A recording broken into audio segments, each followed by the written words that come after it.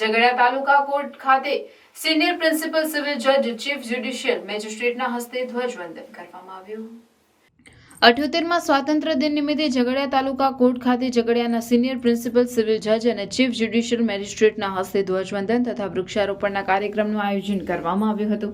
ઝઘડિયા તાલુકા કોર્ટના senior principal civil જજ અને ચીફ જ્યુડિશિયલ મેજિસ્ટ્રેટ એચ.એસ. પટેલના હસ્તે કોર્ટ પ્રાંગણમાં ધ્વજવંદનનો કાર્યક્રમ કરવામાં આવ્યો હતો, જેમાં ઝઘડિયા બાર એસોસિએશનના પ્રમુખ દક્ષેશભાઈ રાંદેરિયા, દિલીપસિંહ નકુમ, સિનિયર એડવોકેટ અમરસિંહ ચૌહાણ, રણજીતસિંહ પરમાર, અનિલભાઈ પંડ્યા, તમામ વકીલ સભ્યો, કોર્ટના સભ્યો, ઝઘડિયા પોલીસ મથકનો સ્ટાફ તથા ઝઘડિયાની શાળાના વિદ્યાર્થીઓ ઉપસ્થિત રહ્યા હતા। સિનિયર પ્રિન્સિપલ સિવિલ જજના હસ્તે શાળાના વિદ્યાર્થીઓને પ્રોત્સાહિત કરવા ભેટરૂપે આસનનું વિતરણ કરવામાં આવ્યું હતું।